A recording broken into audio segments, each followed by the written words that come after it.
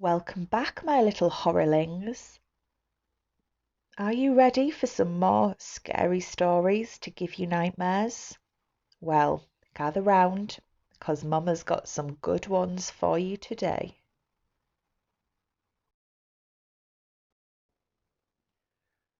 My mum is a paramedic.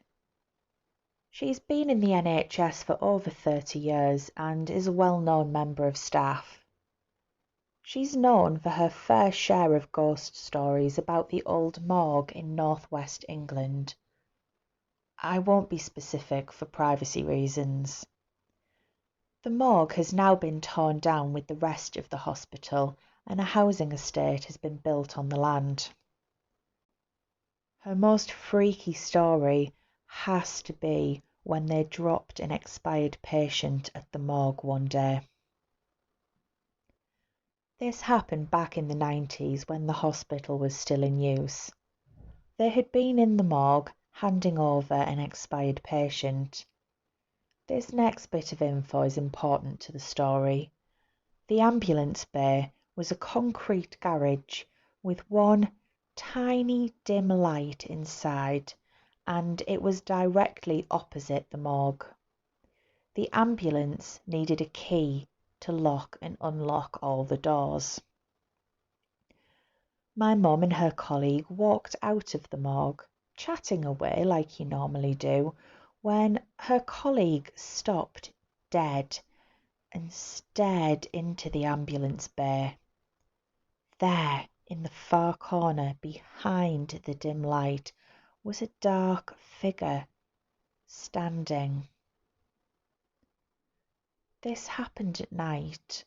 They brushed it off as just an object at the back of the bay after it didn't move. The dim light made it difficult to see. They made their way to the ambulance, thinking nothing of it, and got in, using the key to unlock the doors. My mum put the key in the ignition but didn't turn the engine on as they had to fill out some paperwork first. While they were filling the paperwork out, the ambulance doors suddenly locked. All of them. From the outside. They both froze and looked at each other, and then looked up in front of them. As they looked up, both of their eyes locked onto the door of the morgue, which they watched swing open, and another figure walked silently out and began to walk straight at the ambulance. In my mum's words, they bricked it, starting to freak out as this thing got closer. They couldn't get out of the ambulance due to it being locked from the outside, so their only choice was to drive off, and they did. The figure vanished into thin air. The morgue door still wide open. They couldn't just go back to their station because that hospital was their ambulance station. They refused to go back until it was bright outside. Mum recalls them coming back in the morning and her colleagues describing her as being sheet white. They were all the same after my mum had told them the story. They all refused to park there after that, or even avoid going to that morgue if at all possible. Whoever lives on that site now, I feel so sorry for you.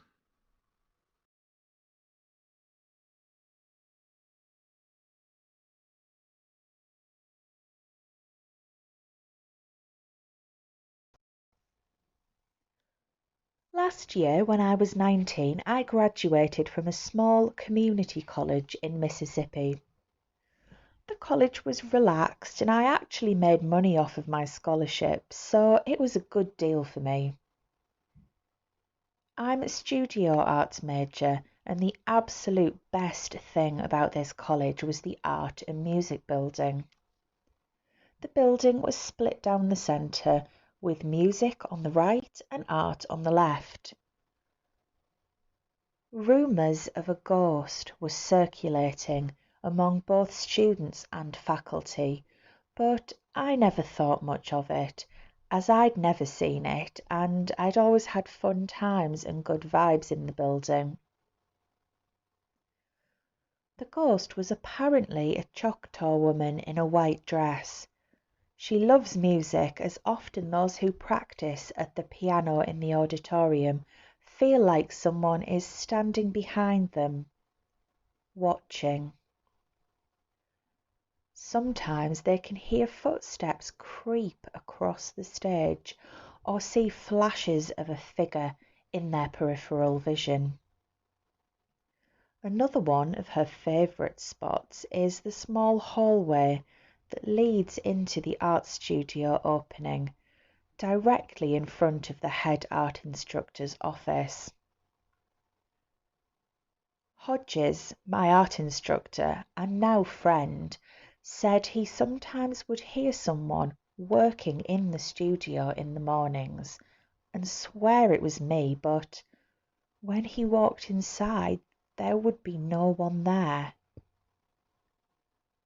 Sharp, the piano instructor, stayed late nights and had the most sightings. No one really thought the ghost was evil. In fact, she was kind of sweet, lingering in a place where she could listen to music and watch art students work. Sharp thought otherwise, though. Over the course of several years, every now and then the oven in the old teacher's lounge would cut on its own. Sharp would sometimes smell gas and burning, and it was always the oven. He got an electrician to check it out, and he said there was no issue with the wiring. The only explanation was the old-timey lever that cut the oven on was slowly being pushed until it clicked into the on position. Sharp swears that he can sometimes see the lever slowly moving over the course of several days. My personal experience happened around midterms when I was staying late in the tiny painting studio doing my homework. The quiet studio usually felt very peaceful, but that night it was a little off. I was paranoid, glancing into the dark rooms on either side of the tiny studio. Where I sat at the desk, the air conditioning made tiny metallic noises, like distant sounds of metal chains hitting the floor. That night, it was weird though. The sounds changed in volume and position. One moment they would be soft and coming from the ceiling to my left, as usual. Then it would be behind me, and then it would be super loud and close, as if the chain smacked my head. After this super loud noise, I officially knew I couldn't blame it on my imagination, and I started getting more anxious.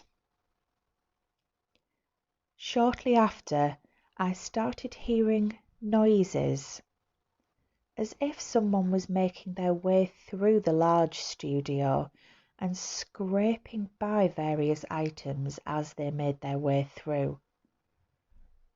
I jumped as the invisible being scraped past an overhanging piece of sketch paper on the counter right at the threshold of the room that I was in. You know, that noise like something running along the edge of a piece of paper. The room had 3 doors. One to the large drawing studio, one to the lecture hall, and one to the outside patio. The big studio door and the lecture hall door remain open and gaping portals into the blackness beyond. After scraping past the paper, the ghost apparently took an immediate left and phased through the outside door. There is a small window on that door, and in that moment I saw a corner of white cloth stretched past the window, then immediately let go. I couldn't explain it at the time, but it freaked me the heck out, and I FaceTimed a friend so I could gather the courage to run into the pitch black big studio so I could get the heck out. I made it, and the lobby was well lit, so I relaxed. I started showing my friends some art we had displayed in the lobby when I noticed the big studio door that I had just closed behind me was slowly creaking back open. I left immediately. The next day I wanted to investigate. I decided to ask music majors about the ghost, since she seems to prefer music over art, as well as check the patio for that white cloth. One music major often stays late at night in the auditorium practicing for her recitals on the piano. She said that she often felt eyes staring at her while she was playing, and one time a voice was humming the song along with her, but it stopped once she stopped playing. Another time, sort of humorous to me, she was using the bathroom alone in the building when someone came in whistling, jiggled her stall door, then disappeared. There were no footsteps or feet. She heard the door open when the figure first came in, but not when it left. I went out to the patio and immediately found the white cloth. The door to the patio is in a corner. There's a brick wall immediately to the left so that the door hits the wall when it swings open. My friend Jack, an ex-DCI colour guard member, had left his white flag in the corner behind the door, leaning against the wall. Out of curiosity, I grabbed the top corner of the fabric and stretched it towards the window. Sure enough, it fell in the exact place I saw a white cloth when it was completely extended. There was no way that could have been the wind. There's a huge wall that would block any wind blowing in that direction. And the cloth, when I saw it, was pulled taut and pinched at the corner.